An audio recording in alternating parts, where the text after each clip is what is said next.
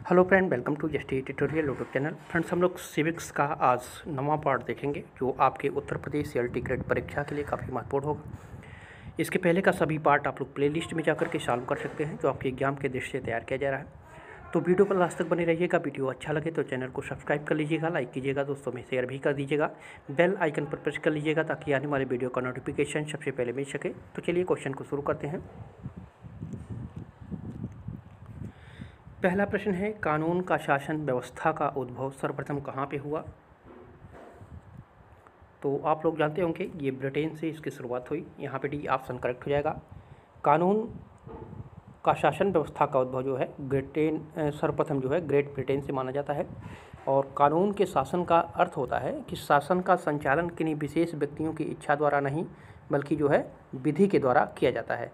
ऐसी व्यवस्था बनाई गई थी सर्वप्रथम ग्रेट ब्रिटेन में। तो यहाँ पे डी ऑप्शन आपका इसमें सही हो जाएगा। अगला क्वेश्चन है, अमेरिका के राष्ट्रपति को कैसे चुना जाता है? क्या सीधे जनता द्वारा चुनाव निर्वाचित करके? नहीं। राज्यों की व्यवस्थापिकाओं के सदस्य निर्वाचित करते हैं, ये भी आपका गलत हो जाएगा। कांग्रेस के सदस्य निर्वाचित करते हैं, ये भी आपका गलत हो जाएगा। जो अमेरिका का राष्ट्रपति होता है उसका चुनाव जनता द्वारा प्रत्यक्ष रूप से चुने गए निर्वाचक मंडल के द्वारा जो है होता है। जनता द्वारा जो निर्वाचक मंडल चुना जाता है उसके द्वारा जो है राष्ट्रपति का चुनाव किया जाता है। तो यहाँ पे आप लोग डी ऑप्शन में देख रहे होंगे, निर्वाचित मंडल निर्वाचित करता है अमेरिका के राष्ट्रपति को। तो यहाँ पे डी ऑप्शन आपका इसमें सही हो जाएगा। अगला क्वेश्चन है, अमेरिकी राष्ट्रपति पद ग्रहण करता है, किस तिथि को वो पद ग्रहण करता है? तो 20 जनवरी को वो पद ग्रहण करता है 4 वर्ष के राष्ट्रपति की शासन के लिए। तो यहाँ पे ए ऑप्शन आपका सही हो जाएगा।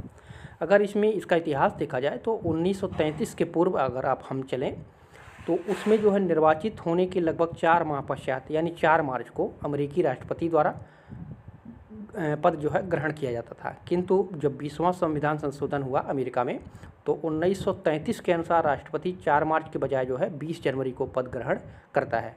और इस संशोधन में यह भी निश्चित किया गया था कि यदि निर्वाचित राष्ट्रपति की अपने पद पर आसीन होने की पूर्व मृत्यु हो जाती है या उसको जो है महाभियोग द्वारा हटा दिया जाता है तो उपराष्ट्रपति जो है राष्ट्रपति बन जाएगा। इसी 20वें संविधान संशोधन में ये भी इसमें बताया गया था। तो यहाँ पे ऑप्शन नंबर ए आपका इसमें सही हो जाएगा। अगला क्वेश्चन है, निम्नलिखित में से किसने भूमि को राज्य का आवश्यक तत्व नहीं माना है? तो ये हैं बिलोबी साहब। ठीक है, यहाँ पे डी ऑप्शन करेक्ट हो जाएगा। बिलोबी के अनुसार जो है जनता, शासन तंत्र और संविधान राज्य के आवश्यक तत्व हैं और बिलोबी जो है भूमि को राज्य का आवश्यक तत्व नहीं मानता है। जबकि सुकरात हो गया, प्लेटो हो गया, अरस्तु हो गया, ये तीनों जो है राज्य के विभिन्न अंगों का विस्तार से वर्णन ही नहीं किया था। तो यहाँ पे डी ऑप्शन आपका करेक्ट हो जाएगा। इंपॉर्टेंट काफ़ी क्वेश्चन है, ये कई बार पूछा भी जा चुका है। अगला क्वेश्चन है, किसने न्याय को उचितता यानी फेयरनेस के रूप में परिभाषित किया है? तो ये परिभाषित किया है जॉन रॉल्स ने। ठीक है, न्याय को उचितता के रूप में जो है परिभाषित किया था सर्वप्रथम जॉन रॉल्स ने। तो यहाँ पे डी ऑप्शन आपका इसमें सही हो जाएगा। अगला क्वेश्चन है, सप्तांग सिद्धांत का संबंध किससे है? तो सप्तांग सिद्धांत का जो संबंध है वो राजनीतिक व्यवस्था से है। ठीक है, भारतीय राजनीतिक चिंतन में राज्य का सप्तांग सिद्धांत महत्वपूर्ण अवधारणा माना जाता है और इस सिद्धांत के अनुसार जो है राज्य के प्रमुख 7 अंग बताए गए हैं, जिसमें स्वामी था, अमात्य था, जनपद, दुर्ग, कोष, दंड, मित्र। और इसका वर्णन करते हुए जो है संपूर्ण राजनीतिक व्यवस्था की व्याख्या की गई है। तो यहाँ पे डी ऑप्शन आपका इसमें सही हो जाएगा। अगला क्वेश्चन है, भारत सरकार अधिनियम 1919 निम्न में से किस पर आधारित है? तो ये मॉन्टेग्यू चेम्सफोर्ड रिपोर्ट के आधार पर आधारित है। ठीक है, यहाँ पे बी ऑप्शन आपका सही हो जाएगा। मॉन्टेग्यू चेम्सफोर्ड जो था वो ब्रिटिश सरकार द्वारा भारत में संवैधानिक सुधार से संबंधित माना जाता था। भारत में जो है प्रांतों में द्वैत शासन का प्रारंभ इसी से प्रारंभ किया गया था, मॉन्टेग्यू चेम्सफोर्ड रिपोर्ट से ही। ठीक है, जिसे भारत सरकार अधिनियम 1919 भी कहा जाता है। और इस अधिनियम ने जो है पहली बार उत्तरदायी शासन शब्दों को स्पष्ट प्रयोग किया था। और इस अधिनियम के तहत प्रांतों में विषयों को आरक्षित एवं हस्तांतरित दो भागों में भी बांटा गया था। तो सभी पॉइंट को आप लोग याद रखिएगा, यहाँ पे भी ऑप्शन आपका इसमें सही हो जाएगा। अगला क्वेश्चन है कैबिनेट मिशन भारत कब आया? तो यहाँ पे आपका सही उत्तर हो जाएगा 24 मार्च 1946 को कैबिनेट मिशन भारत आया था। ठीक है, और ये कैबिनेट मिशन सर्वप्रथम दिल्ली में आया और इसके अध्यक्ष जो थे भारत मंत्री लॉर्ड पैथिक लॉरेंस थे और अन्य दो सदस्य भी थे इसमें, स्टेफोर्ड क्रिप्स तथा एबी अलेक्जेंडर भी थे। और लॉर्ड वेबल जो है 1944 में भारत के वायसराय बन के आए थे। तो यहाँ पे बी ऑप्शन आपका सही हो जाएगा इसमें। अगला क्वेश्चन है 1946 में भारत में अंतरिम सरकार का मुखिया कौन था?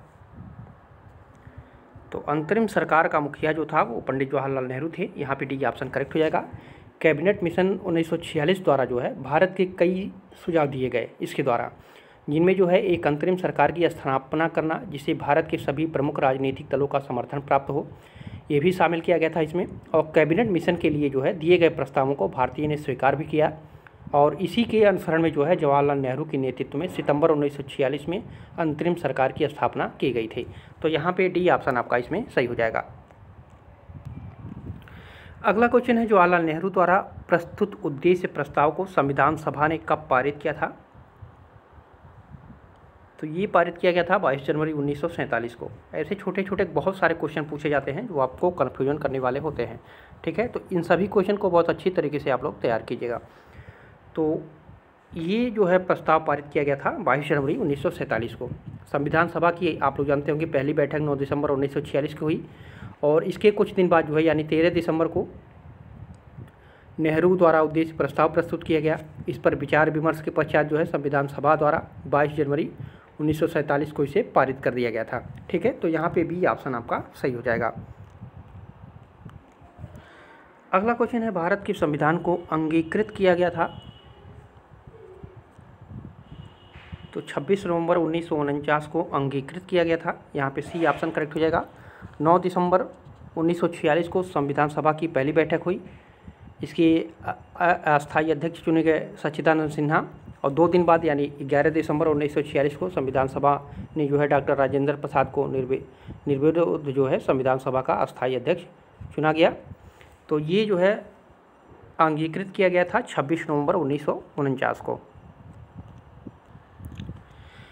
अगला क्वेश्चन है किसने कहा कि राज्य व्यक्ति का बृहद स्वरूप है? तो ये प्लेटो ने कहा था। ठीक है, राज्य का आंगिक सिद्धांत तो प्लेटो और अरस्तु के ज़माने से ही प्रचलित माना जाता है और प्लेटो ने कहा था कि राज्य जो है व्यक्ति का बृहद स्वरूप है। तो यहाँ पे ए ऑप्शन आपका इसमें सही हो जाएगा। अगला क्वेश्चन है सरकारों का सुव्यवस्थित वर्गीकरण सबसे पहले प्रतिपादित किया था?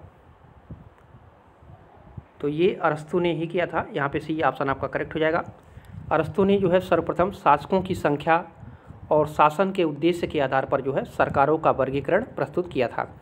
इसमें एक व्यक्ति का जो शासन बताया था, एक व्यक्ति का शासन जो बताया था वो सामान्य रूप से राजतंत्र कहा जाता था और विकृत रूप से जो है आतताई तंत्र कहा जाता था। और दूसरा उसने बताया था कि कुछ व्यक्तियों का अगर शासन हो तो उसको जो है सामान्य रूप से कुलीन तंत्र माना जाएगा और उसका विकृत रूप जो होगा वो वर्गतंत्र माना जाएगा। और तीसरा उन्होंने बताया था कि बहुत से व्यक्तियों का यदि शासन हो तो उसको सामान्य रूप से मध्य वर्गतंत्र माना जाएगा और उसका विकृत रूप जो होगा वो जनतंत्र कहा जाएगा। ठीक है, तो सरकारों का सबसे पहले सुव्यवस्थित वर्गीकरण जो है अरस्तु ने ही किया था। तो यहाँ पे आपका सी ऑप्शन सही हो जाएगा। अगला क्वेश्चन है राज्य परिवारों तथा गांवों का एक समूह है जिसका लक्ष्य एक पूर्ण तथा आत्मनिर्भर जीवन की प्राप्ति है। यह कथन किसका है?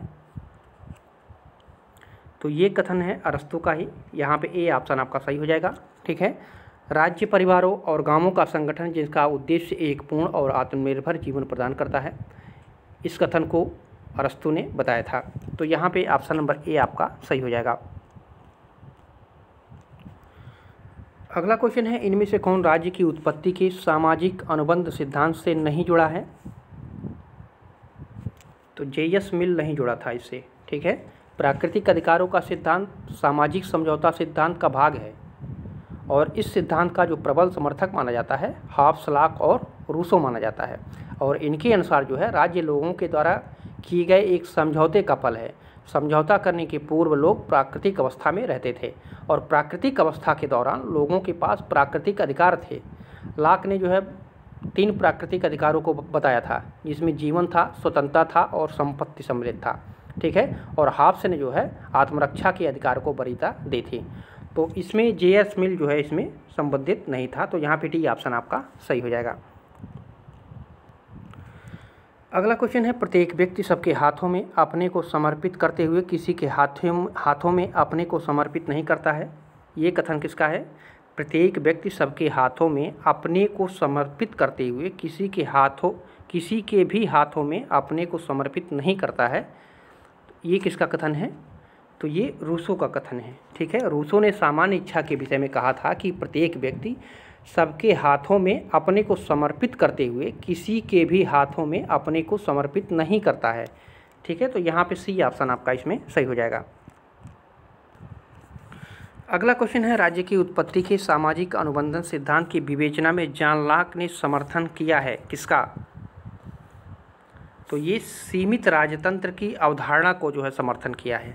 ठीक है। यहाँ पे ए ऑप्शन सही हो जाएगा। जॉन लॉक ने जिस सामाजिक अनुबंधन का विवेचना किया है उसमें नागरिकों द्वारा राज्य को केवल उन्हीं अधिकारों को सौंपने का समर्थन करता है, उससे कुछ अव्यवस्था उत्पन्न होने का खतरा है और शेष अधिकार को जो यह प्राकृतिक अवस्था में उपभोग करता है उसके पास ही रहते हैं। तो यहाँ पे आपका ए ऑप्शन आपका इसमें सही हो जाएगा। अगला क्वेश्चन है, राज्य की उत्पत्ति के किस सिद्धांत ने राज्य को एक क्रमिक विकास का परिणाम माना है? तो ऐतिहासिक अथवा विकासवादी सिद्धांत। यहाँ पे डी ऑप्शन आपका करेक्ट हो जाएगा। ठीक है। वर्तमान समय में राज्य की उत्पत्ति का विकासवादी अर्थात जो ऐतिहासिक सिद्धांत है वो सबसे अधिक मान्य माना जाता है। तो यहाँ पे डी ऑप्शन आपका सही हो जाएगा। अगला क्वेश्चन है, रूसो की सामान्य इच्छा यानी संकल्प के संबंध में कौन सा कथन सही नहीं है? तो यहाँ पे यह सबकी इच्छा है, ये सही नहीं है। ठीक है। क्योंकि सामान्य इच्छा को रूसो वे सभी विशेषताएं प्रदान करता है जो हॉब्स के सिद्धांत के अंतर्गत प्रभुसत्ताधारी को दी गई थी। ठीक है। तो इसमें यह सम्मिलित नहीं था, यह सबकी इच्छा है। तो यहाँ पे सी ऑप्शन आपका सही हो जाएगा। अगला क्वेश्चन है, कानून संप्रभु का एक आदेश है, यह किसका कथन है? तो ये कथन है आपका जॉन ऑस्टिन का। ठीक है। जॉन ऑस्टिन की एक पुस्तक थी लेक्चर्स ऑन जूरिस्प्रूडेंस। इसमें जो है सकारात्मक कानून की व्यवस्था करते हुए कानून संप्रभु का आदेश माना था किसने? जॉन ऑस्टिन ने। तो यहाँ पे भी ऑप्शन आपका इसमें सही हो जाएगा।